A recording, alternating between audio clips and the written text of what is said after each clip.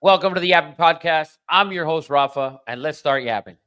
So, if you are a sports fan of any kind, you know that last night the Dallas Mavericks traded Luka Doncic to the Los Angeles Lakers for Anthony Davis. And I couldn't believe it when it happened. I thought it was, bullshit. Somebody showed it to me at a party and it's like, oh, look, they traded Luka. I said, no, that shit ain't real. Turns out it's fucking real. And so to me, the first thing that comes to mind is good job by these GMs not letting these guys even know about it, like doing their job, doing what they're supposed to do. And, it's kind of like NBA players. At the end of the day, we run the league as far as the GMs. You can command whatever it is you want and ask for whatever it is you want. And we've seen this Jimmy Butler saga in Miami, and Pat Riley's kind of, you know, held tight and like, hey, I'm going to trade you to whoever wants to even give me something remotely close to what you're worth. And and now you're trading arguably one of the biggest superstars in the league in Luka and AD, who's one of the best players in the league, no doubt about it. And just boom, traded them, and everyone's in awe. Oh, LeBron didn't know about it, and Luka had no clue, and AD had no clue. Well, that's the way it's supposed to be. At the end of the day, you don't run the league, and people are going to say, all these people that advocate for the players and hate the owners, and which are probably the same people that hate the police. They're going to say, oh well, listen, if the players don't play, guess what? You think nobody's going to watch? Nobody's fucking watching anyways. Now, people are going to watch because it's Luka on the Lakers. So people are definitely going to want to watch. People don't want to watch LeBron James. Like, it's unfortunate because there's half of the people, more or less, what was said to me this morning was that half the people that watch the NBA hate LeBron James. So they supposedly they don't watch. And we know they don't watch, actually, because they hate LeBron, and the league might not be good or whatever. But now people are going to watch. They're going to be intrigued to watch Luka with the Lakers. And I think it's a great job by the GMs, basically saying, fuck you, we're running this thing, and let's move on. So now let's get on to the actual trade part of this thing. I don't like the trade for right now for the Lakers, because I don't like Luka. Luka's a ball stopper. Luka has to have the ball in his hands. And so does LeBron. Right? And yeah, LeBron's 40 years old, but he's still averaging 24 points a game. He's averaging 9 assists a game, 7+ boards a game. So he's still an elite player, whether you want to believe it or not. Last night in Madison Square Garden, a 12-point underdog, I believe it was, goes in there and wins outright and has a triple-double and shoots better than 50% from the field. A 40-year-old LeBron James. So he is still, whether you want to believe it or not, an elite player in this league. So, him coming to the Lakers, Luka joining LeBron, it's obviously a future play, right? That's obvious. Doesn't take a genius to see that. But for right now, you still have a 40-year-old LeBron James that you need to is a win now player. Luka can afford to 2, 3, 4, 5 years down the line maybe win. LeBron is a win now player. So the Lakers making this deal, they're not done. And the trade deadline's on the 6th, coming up this week. On Thursday, the Lakers shouldn't be done after this deal. They need to add another piece. I don't like the trade for this season because I would have rather seen the Lakers go out and get De'Aaron Fox to add to Anthony Davis and LeBron. Now, we've seen AD, and if you've seen, interviews that he's had the last couple of years, and he had one recently with the guy who announced the trade for ESPN, saying that he wanted the Lakers to trade for a big because he prefers to play the 4. Him moving to Dallas is perfect for him because they have a 5 in Daniel Gafford. They have a 5. So he moves to the 4. PJ Washington moves to the 3, which he's more comfortable. Clay moves to the 2, because he's been playing the 3 for the most part. And then Kyrie plays the 1, obviously, and Dinwiddie goes to the bench. Is more or less what I think is going to look like when that roster is healthy. Looking at the rosters right now today for this season, you have to look at the Mavs and think they're in better position for this season than you do looking at the Lakers today. I'm not talking about on Thursday, because there's plenty of moves and there's plenty of guys that may be disgruntled, that teams want to move on. Do the Pelicans want to move on from Zion? That was a rumor a month ago. We know Nurkic in Phoenix is unhappy. They're trying to work out a 4-team trade for Jimmy. Does Nurkic move to the Lakers? Jonas Valanciunas, who LeBron tried to bring over in the summer and signed with Washington, he's obviously on the trade block. Do the Lakers bring him in? They got Maxi Kleber, yes, but is he a 5? He can shoot the ball a little bit from the outside. He hasn't had a great season shooting the basketball, so that's not. They got to find it. They got to find another big, obviously. So that's kind of what I see it today. Is that, and all these LeBron haters, like they're Laker fans, but they're really Kobe fans, and they hate LeBron. And you see these guys. Oh, now hopefully they trade LeBron. Now I can watch and then I can watch the Lakers. Like, bro, you not watching LeBron is the stupidest thing ever. Like, he literally brought you a championship. Yes, it was in the bubble, but still, you celebrated the Dodger title, which was in a sort of bubble. So, but get over it, Laker fan. And those are the Laker fans that are also the same fans as, we're trading away draft picks. When was the last time that the Los Angeles Lakers hit on a draft pick that changed your history, that brought you championships? Do you want me to tell you? 1982 James Worthy. Before that, 1979 Magic Johnson. After James Worthy in 1982, the Lakers have not drafted a player that has been a superstar. They traded for Kobe Bryant. They traded or signed Shaq. They traded for Wilt, for Kareem, all of that. They signed LeBron. All of those things. The draft picks for the Lakers don't matter. It's Los Angeles. It's the Lakers.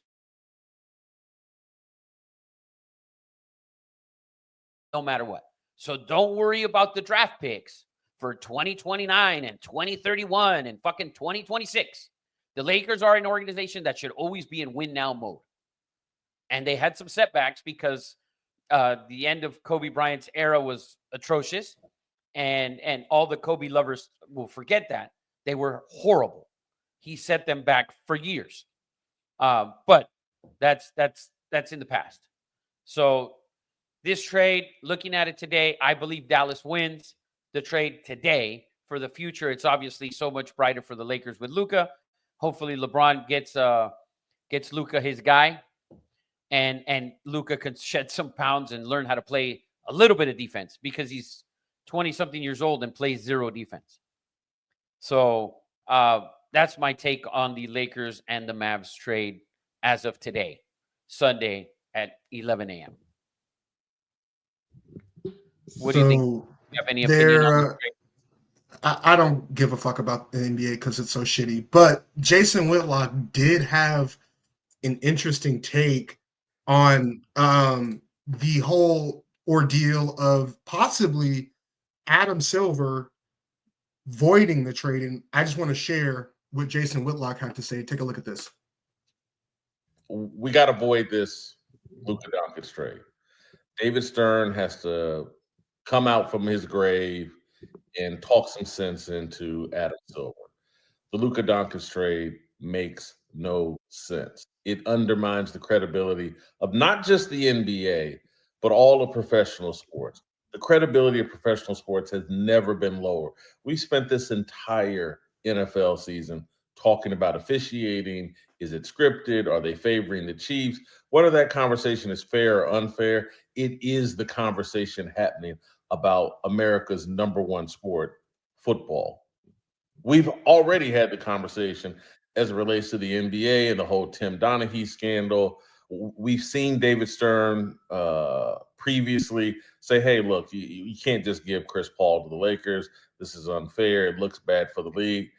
Nothing the NBA has done looks worse than this, looks more scripted than this.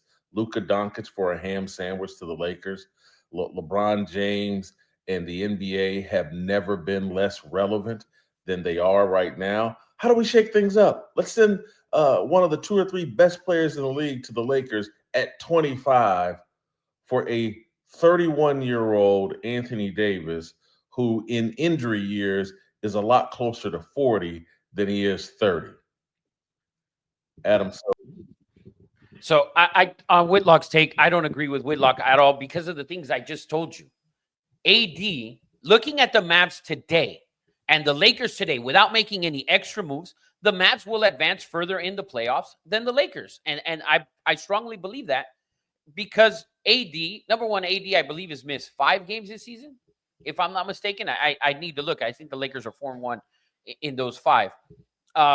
So also, when you're the Lakers, like you're not giving up you're giving up Anthony Davis, who's a 25 and 10 plus rebound a night guy. Yes, they're getting back Luka. Luka's a superstar who doesn't play any fucking defense. Zero. The Mavs are built to win now as well with Kyrie. They went and got Klay Thompson. They added a shooter that they needed. They have plenty of bigs, although injured right now. They have plenty of bigs to rebound and play half court offense in the postseason. They really are. And if we look at the finals, Luka averaged 5 turnovers a game in the finals last year. I mean, he didn't play well. He shot under 50%. I think 3 of the 5 games, I believe. He shot under 50% from the free throw line in the finals, if I'm not mistaken. I think like 48% from the free throw line. So, I mean, in the biggest stage, he wasn't that superstar, and we've all seen the struggles from superstar players before, LeBron James included. But his take on this, and then the other thing, the Chris Paul, all those idiots are going to go back. The Pelicans at that time, which were the New Orleans Hornets, they were owned by the NBA. The NBA owned them, so they couldn't trade Chris Paul. And then all the Laker fans that want to believe that Chris Paul would have helped Kobe Bryant win additional titles is delusional.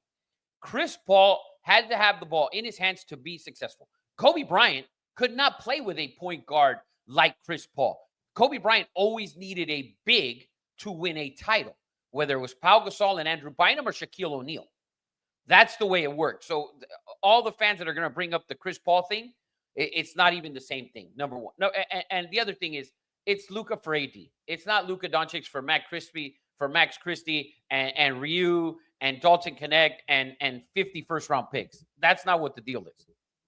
The deal is Anthony Davis, who's one of the best power forwards in the league, if not the best. I mean, I don't know. We can sit there and go through them. But he's one of the best fours in the league. There is no doubt about it. So at the end of the day, I don't agree with anything that Whitlock is saying. It's a total he hates LeBron argument. I don't like the trade, and I think LeBron's the greatest player ever, and I don't like the trade for the Lakers today. So him saying that, I think it's a total I hate LeBron. Yes, the NBA, and you can look at it that way. The NBA is doing it for whatever, to get more eyes on it. And when the playoffs start in the NBA, people watch. For the most part, people watch. Yes, it's always better that the Lakers are relevant. Yes, it's always better that the Celtics are relevant. Well, the Celtics are already relevant. The Lakers have won eight of their last 10. They're 8-2. They sit as the 5 seed in the West, 1 game back at Denver for the 4 seed. They will be in the playoffs with AD or without him. Okay, they've been to Western Conference Finals. So they've gotten, they're not first round exits. They're not missing the playoffs unless, of course, LeBron was hurt. So I mean, the views part, people are going to watch, but I think it's going to be a dead time right now, anyways, where people are still going to watch the NBA because baseball hasn't started for LA and New York. And I said LA and New York because that's where baseball's played. Everywhere else, to just fucking shut it down.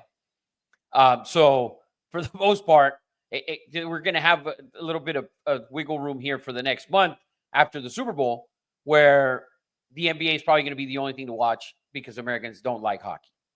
So I see what he's saying, but he can go fuck himself, basically, is what I'm saying. Whitlock is a LeBron hater. I have another guy who we just love so much. He's just so amazing. Our favorite co-worker smasher, Acho. has something to say about it. Take a listen to what Acho got to say.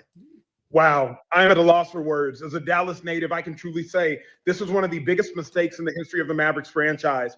You just traded a 25-year-old Luka Doncic in his prime, a 5-time first-team All-NBA player in 6 years, mind you. You just traded a player that is one of the greatest catalysts for winning of the generation. He carried the Dallas Mavericks to the NBA Finals last year. He brought the Mavericks back out from the depths of the pits of the grave after the absence of Dirk Nowitzki, took the Mavericks to a conference finals 2 years ago. He led the league in scoring last year at 33.9 points a game, and he's 25 years of age. And the reasoning is he doesn't play enough defense. I get it. Then find a 3-and-D player. Find some defensive specialists, but you do not trade under any circumstance a box office talent like Luka Doncic. Yeah, it's malpractice.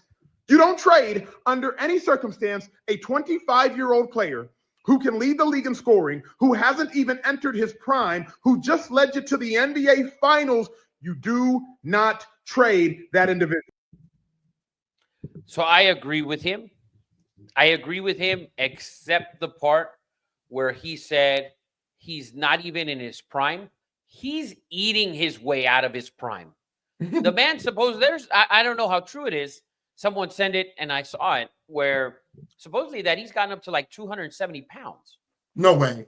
And yeah, that's what I heard. And I don't even weigh 270 at this point, thanks to some shit we got going on. He's around my big ass weight. So supposedly he's at 270. So, but I agree with everything he said as far as not trading a superstar. You don't trade, you didn't trade you don't trade guys in their prime. And yes, you don't trade one of the 3, 4, 5 best players in the league. I agree with him 100%. The part that he doesn't play defense, I agree with that as well. Okay, I agree with that as well. And obviously, to make this trade happen, I don't think Pelinka called the Mavericks and said, hey. I think the Mavericks sat down and said, hey, do we have a chance to win this year? And I believe, looking at the West, and I believe this last year, I believe the Thunder are not a team that can win a 7-game series against a team like the Denver Nuggets, a team like the Dallas Mavericks constructed now or even before. I don't think they're that team. I think they're one superstar with a bunch of role players. And for me, that's not a recipe to win a title. And we can go back to plenty of years. The last time we saw that was a team with 0 superstars at Detroit Pistons with Chauncey Billups and Rip Hamilton and Rasheed and Ben Wallace. And that cast was the last time we really saw a team without a real superstar win a title in recent history. And I can't even think of one after that. So, or even before that. So at the end of the day, when you were the Mavs and you looked at the West, you made the call and said, if we get Anthony Davis, maybe Anthony Davis helps us win the title. That's the only thing that I can think of. And listen, one title in your hand, and people can say whatever they want. One title in your hand, winning a title this year for the Mavericks is better than maybe winning a title in the next 2, 3, 4, 5 years. You want to win now. Everyone wants to win now. And yes, you always want to build for the future, whatever. AD's 31. Whitlock said with all the injuries, he's like 40. Then that makes Embiid probably 50 years old. And nobody's shying away. The Sixers aren't shying away from Embiid. So Anthony Davis, I think the Mavs today win the trade. I said it earlier. I think they win the trade today. Let's see what the Lakers do this week. I think they need to get a big. We're going to see how that Luka thing works out. Obviously, they got a superstar for years to come after LeBron retires. And Kyrie, another kind of ball, a guy who needs to have the ball in his hands, etc. He played with Luka and they went to the finals. So the Lakers have to assume, well, LeBron's better than Kyrie. So Luka should be able to carry a 40-year-old LeBron James to that point. The problem is the Lakers don't have last year that Mavericks team had Derrick Jones who played phenomenal defense. They had pieces that played defense. This Laker team, they don't have pieces that play defense. The only guy that helped play defense, he just left. They just traded him. So where will the Lakers upgrade? They need to upgrade, obviously, defensively, big time. Because that unit of LeBron and Luka out there, a 40-year-old LeBron, he's not coming from the blind side to block Steph Curry or Jamal Murray or anybody in the paint. Not all the time. And Luka ain't helping. I mean, I'd love to see those practices though. Like the first practice with Luka when he's healthy and LeBron and JJ Redick out there. Like, I would love to see how that's going to go. But I agree with Acho 100%. You don't trade a generational talent. You don't trade a guy that just took you to the finals. You don't trade a guy who, he's taken step by step for the last 2 years. They went to the conference finals. Next year they got to the NBA finals. He didn't win it. Could they have won it this year? The Mavs obviously didn't think so with what they had, or with him, obviously, to move on from that.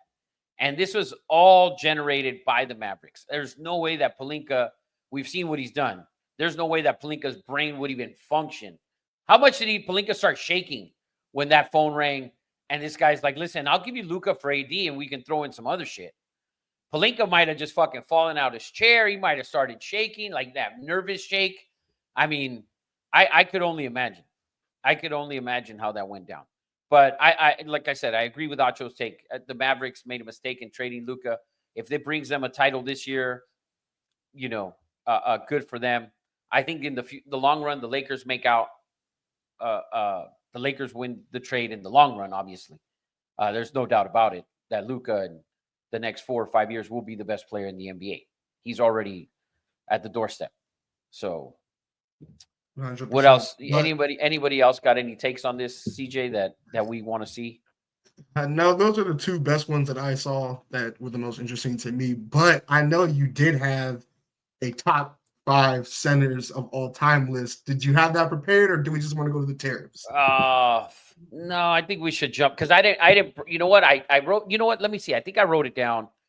I want to see. I might have it.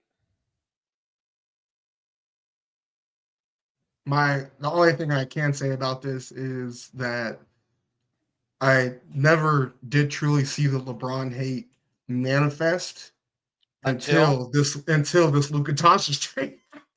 Oh, bro, because he found a way to make it about LeBron. I don't get it, bro, because it's been that.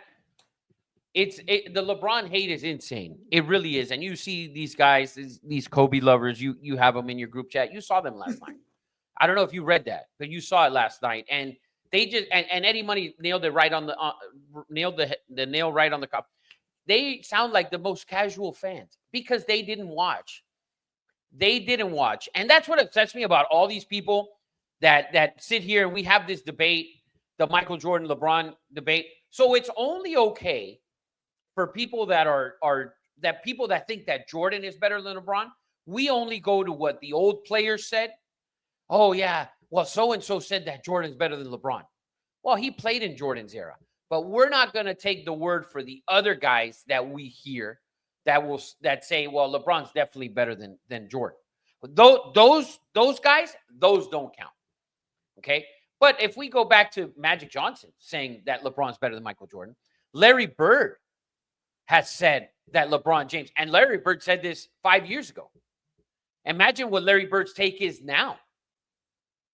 What's his take right now? Because Larry Bird came out and he said, you guys need to embrace the new era. The game is changing. And basically saying, and he said, and we might have someone along these lines, we might have the greatest player you've ever seen right in front of your eyes. And all these Laker fans, they will not appreciate it because they were so in love with Kobe and blinded by Kobe. I pulled up something the other day that I forgot I had, and I was scrolling through my Facebook for something, and I posted it. From 2001 to 2015, it was something along the lines of the most clutch player in certain minutes of the game, yada, yada, yada. Kobe Bryant wasn't even top 10 on that list, and that was his prime. And you can look it up. From 2001 to 2015, XYZ amount of shots, XYZ in playoff games, blah, blah, blah, blah, blah. The full breakdown.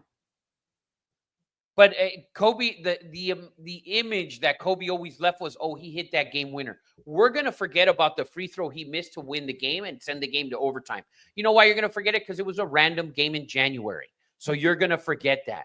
But you're not going to forget the random three, the three that he hits in a random game in December, because he hit the game winner. But we're going to forget the ones he missed. We're going to forget the fact that he turned the ball over with 47 seconds left, forcing the ball into a corner in a random November game. But we'll remember the shot that he hit. That's what Kobe fans will always forget. And with Michael Jordan, like I hear these guys, oh, yeah, it's because you didn't watch Jordan play on a day-to-day. You know why you didn't watch him? Because you had like 13 fucking TV channels. That's why. There was no League Pass in 1991 for you to go and watch. And if there was, you weren't watching because you were 15, 16, 17, 18 years old. You were out snorting blow and doing whatever else. That's what you were doing. So don't tell me that you were watching Michael Jordan on random nights in January, February, and March. You were not. You were not. Oh, he was great defensively. You were not watching him. Did you watch him when Rex Chapman lit his ass up in his prime? Yeah, it happens to everybody. Of course it does. But God forbid it happens to LeBron at 39 and 40 years old, and you have a shit show. So all these NBA casuals who don't have League Pass now, oh, we don't have it now because the league sucks. You didn't have it 5 years ago. You didn't have it 7 years ago. You've never had it, casuals. So don't tell me that you watched LeBron play in Miami. You watched LeBron play in 06, 07, 08, 9. You didn't watch. You didn't watch him play with fucking Boobie Gibson and Donyell Marshall. You didn't watch with fucking Zydrunas Ilgauskas and Berejau. You didn't watch that. You didn't watch that LeBron carry that team. There's a reason people say 2018 LeBron. And then you pull up a video from that 2018 finals where the guys after game 4, where all the commentary, oh, it's LeBron, like he gave up. Look at the stats from that series. Look at the numbers from that series. And tell me when he gave up. Yes, in the last 3 minutes of game 4. The series was over. Have you seen the montage from NBC for that finals? The Warriors had Durant, Clay, Curry, and Draymond. It was LeBron, Tristan Thompson, Kyle fucking Korver on the montage for the Cavs. But you guys forget all of that. So all you idiots who are going to tell me that Jordan was better without you watching him, the only thing you remember is the 98 finals, where he comes and makes the steal from Karl Malone. He scores, I believe, the last 6. There's the free throws that he makes to tie the game at 83. Okay, was that not a charge? We called it a block. Fine, I give it to him. It was a block. It could have been a charge. If they call it a charge, we could probably have a game 7.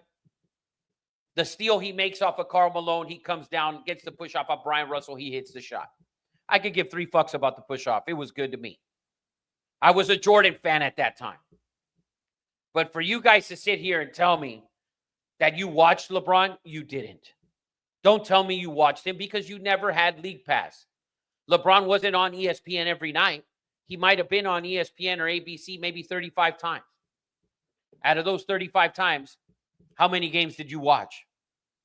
Did you watch to hate him? Because I watched Kobe every night to hate him. I did.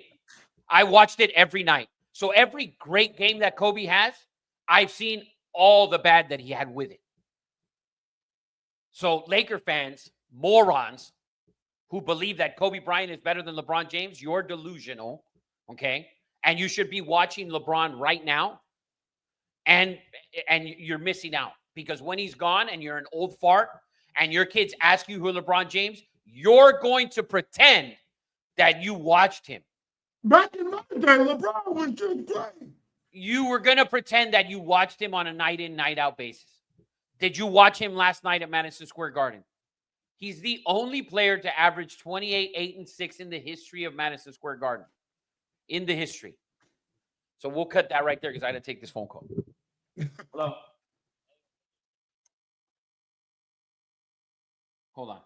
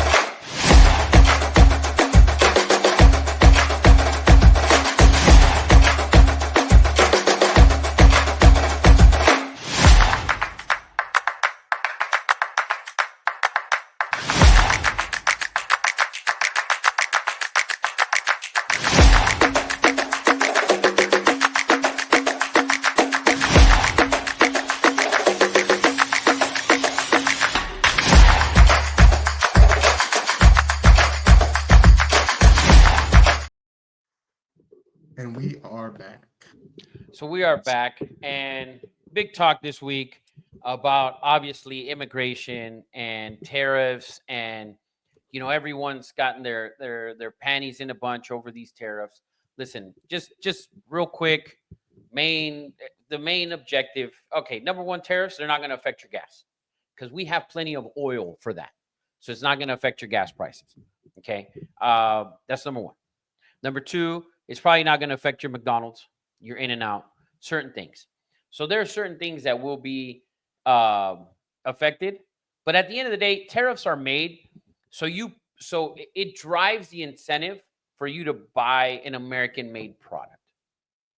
Bottom line, that's what it is.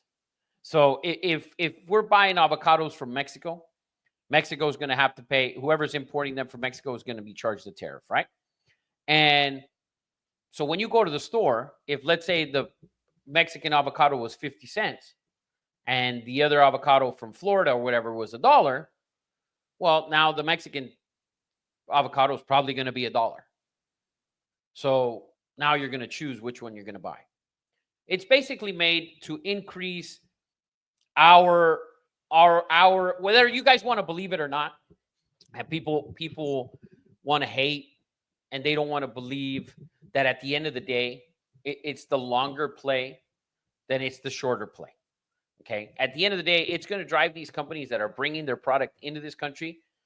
Their product's going to sit longer on the shelf because it's a lower quality, whether you want to believe it or not. We are the best country in the world. There is no doubt about it. That's why people come here. Why the fuck do you think people come here?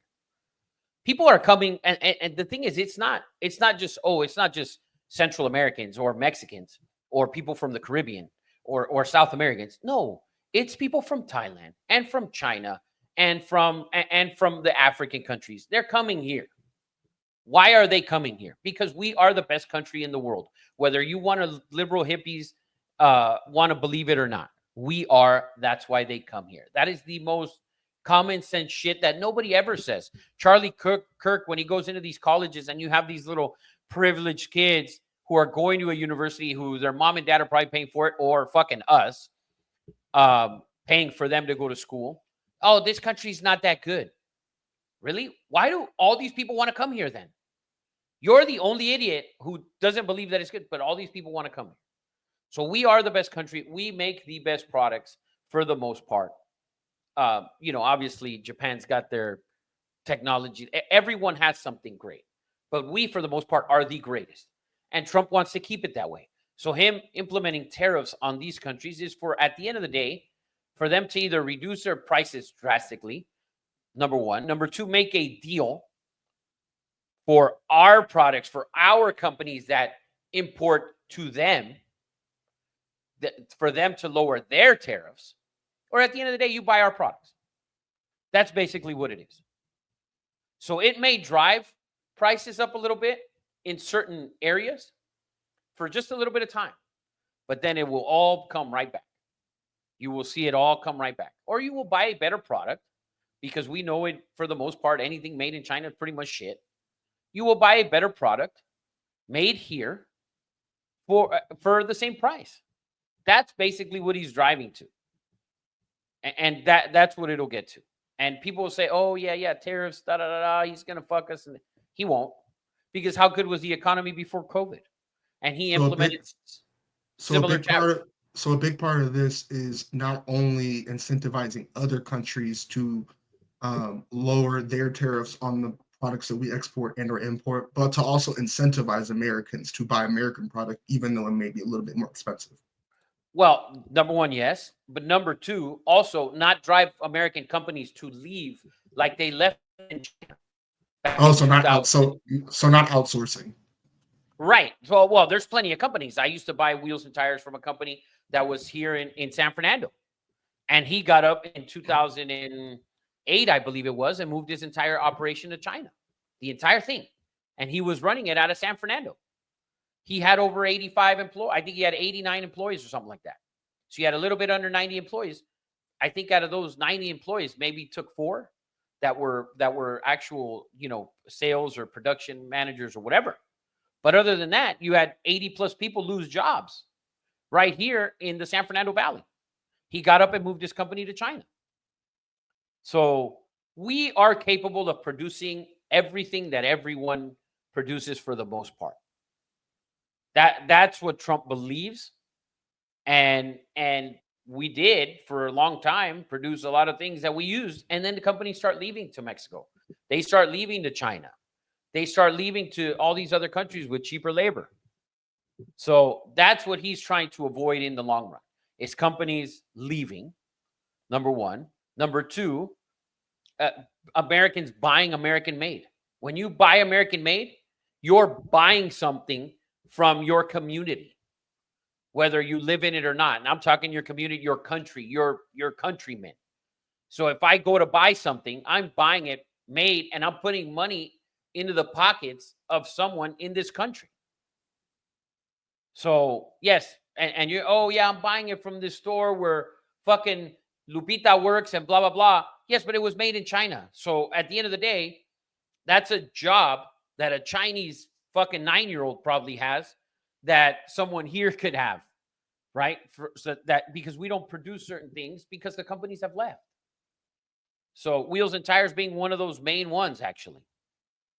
Well, our best friend, a guy that we love so much, Harry Sisson, had something to say about this. So let's see what Harry got to say. We have some major breaking news. White House officials have said that Donald Trump just signed an executive order implementing tariffs on Canada, Mexico, and China. According to the New York Times, the tariffs on Canada and Mexico are for 25%, and the China tariffs are 10%. Canadian energy products are facing tariffs of 10%, and White House officials said that the tariff rate will increase if these countries retaliate. The New York Times is also reporting that the tariffs are being imposed under the authority of the International Emergency Economic Powers Act. That's a law that gives the President of the United States the authority to regulate international commerce if they've declared a national emergency pertaining to something. So this is insane. Everything is about to become significantly more expensive. These are some of our biggest trading partners. So things that you buy quite frequently, like gas and groceries, are going to become more expensive. It's clear that these countries are going to retaliate, and these tariff rates are going to go up. It's only going to get worse from here. So, like, listen, I don't know if you've watched Landman, but we produce enough oil everywhere in this country that we don't need gas from those people. Okay, so and that will. The other thing is too that Trump, the Canada-Mexico thing.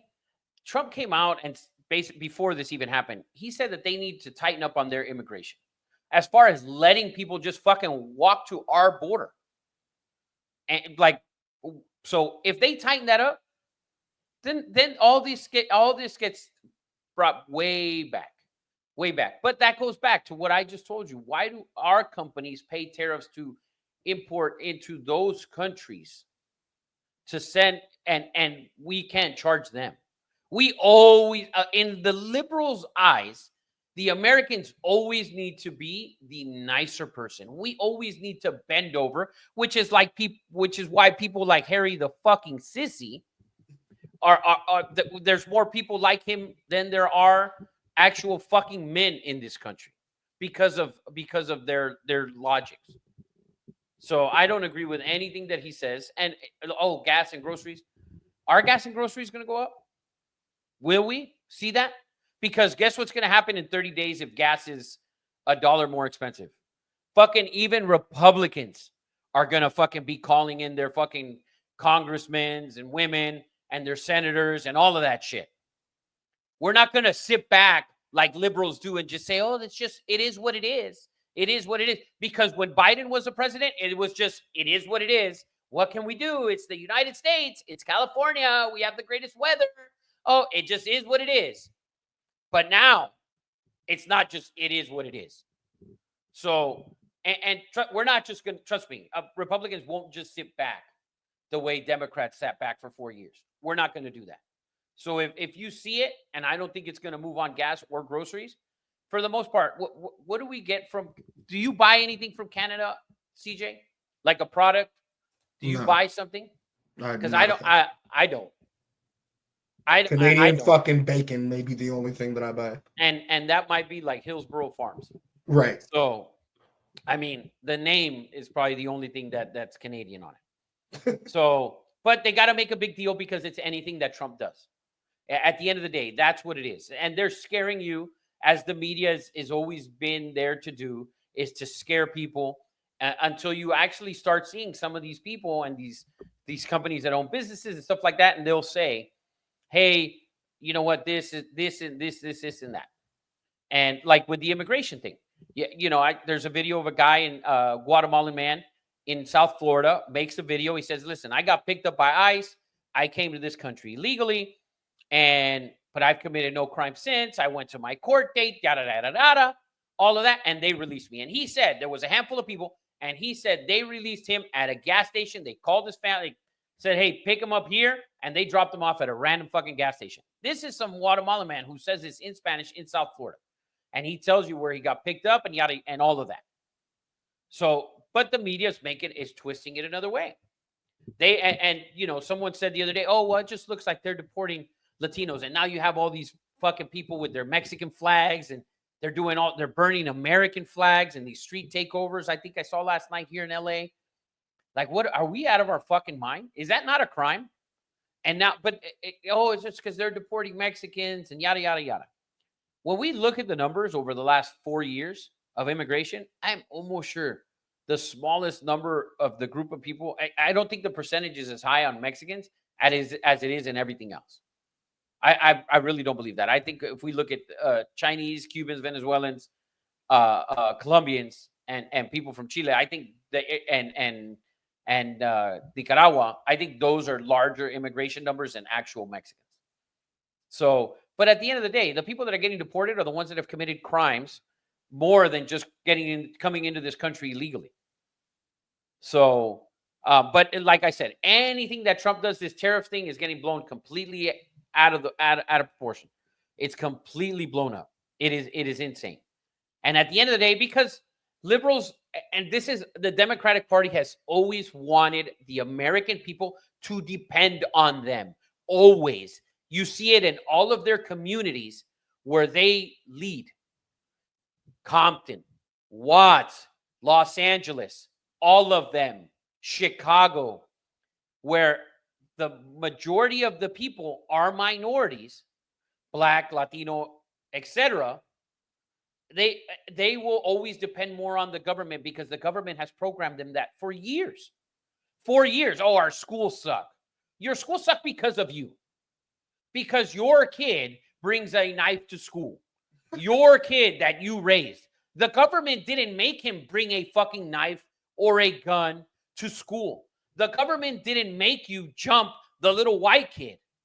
They didn't make you do that. You did that on your own. And the Democratic Party for years and years and years has always taught you and tried to program you to depend on them. Oh, this guy makes more money than you. He should pay more taxes. Why? Because he went to school for fucking 10 years to be a doctor? We're going to penalize that man? But yet we should fucking reward fucking Janice, who works at Applebee's? We should reward her with fucking Dr. fucking Jim's money? Oh, he went to school. He should pay more. No, it shouldn't be like that. It shouldn't be like that. But the Democrats have always taught you to do that, to depend on them. And they want you to depend on them, which is why they scare you. Ronald Reagan said there's nothing worse than getting a call from the government. Hi, I'm from the words government. out of my mouth. Hi, I'm from the government. I'm here to help. The fuck you are. You helping North Carolina? Right. How you helping the people with the wildfires? You sending them $750? Here's the help. Let the insurance company front the rest of the fucking bill. Like, the government is never here to help you. Never. Bottom line. That's why people don't understand. That's why people are so attracted to Trump and his policies. Because he stands up for what 70 plus million people in this country believe is the right thing. Whether he defends, whether you want to believe it or not. Oh, he's a billionaire. How do you relate to him? The way he talks, you can relate to him. Right. He didn't go to these schools to be taught how to speak in press conferences, in all these rallies. He wasn't taught that. He's a businessman. he was self-taught.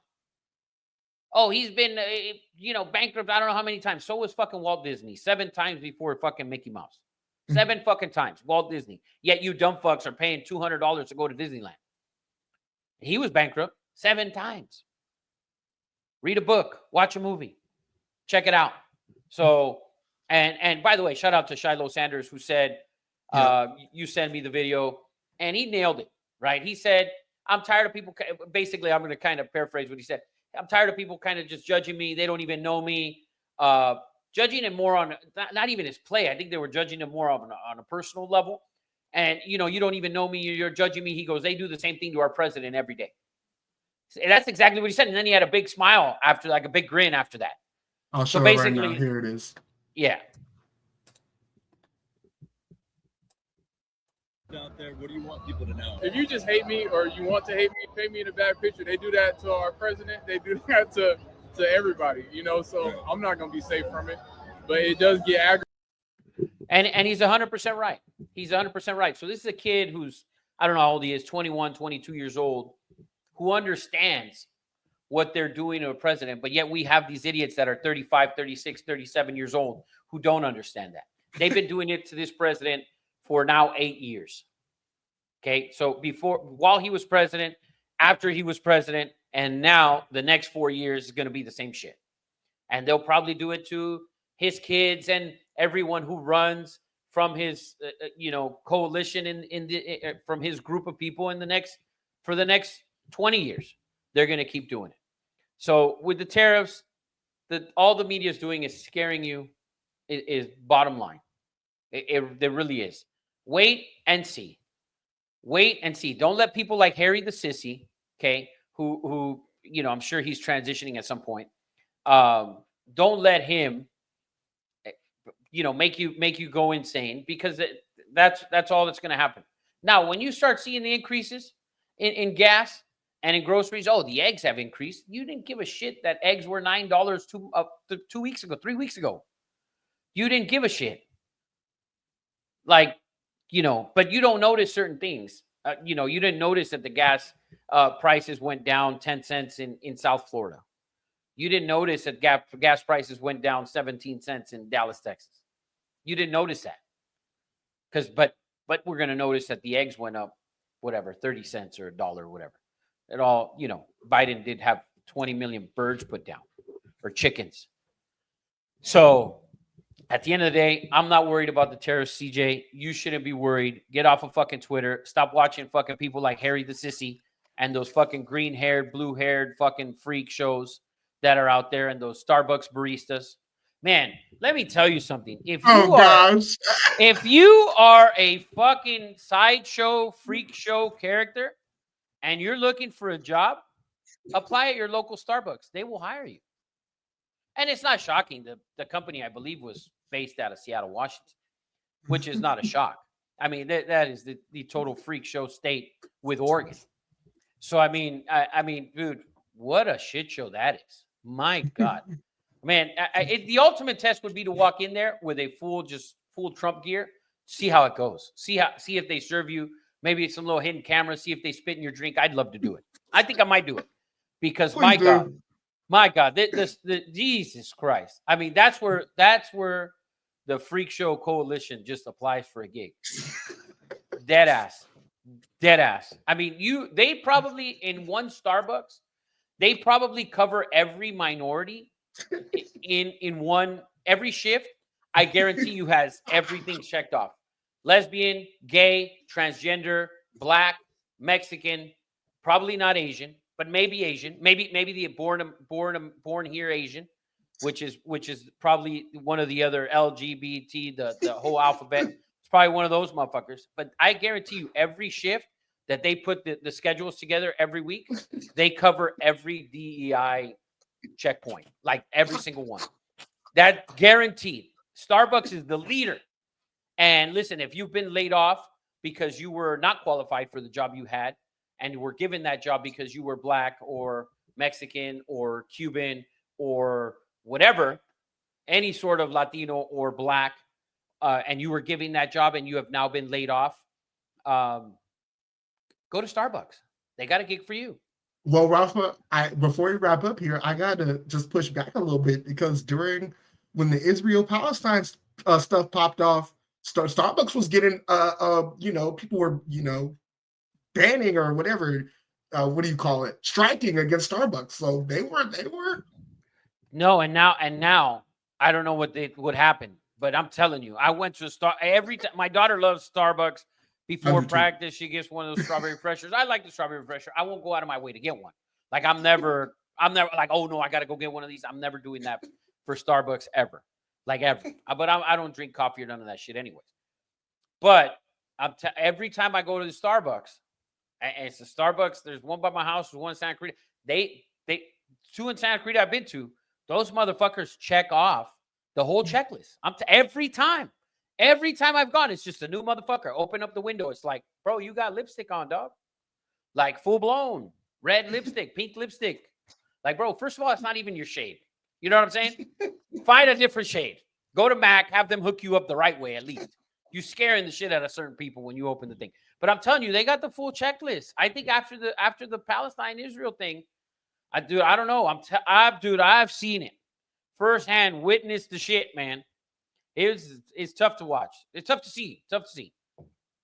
But yeah, man, that's all I got for you, man. All right, so we'll maybe get back up here on Friday after the NBA trade deadline comes and goes. We'll get more of an evaluation. Luka's obviously. I think Mark Cuban had said Luka was out until 1 week after the All-Star break. I don't know how true that is. We'll see coming in now. I'm looking forward to watching Luka with the Lakers. I'm looking forward to watching Luka with LeBron. See how that goes. Luka's obviously going to learn from LeBron, and you're probably not going to hear it now. You're going to hear it in a year, 2 years, and 3 years, that the little time that he spends with LeBron, and guys say it all over the league, he will have learned more in that time than he will have with Jason Kidd and Rick Carlisle and those guys in his ear over there. I promise you will hear that from Luka Doncic in the upcoming years. That his time with LeBron, whether it's 3 months, 4 months, or it's 2 years, he will learn more than he has ever learned about the game of basketball. Period. So I leave you with that. Let's see how the NBA trade deadline leaves us.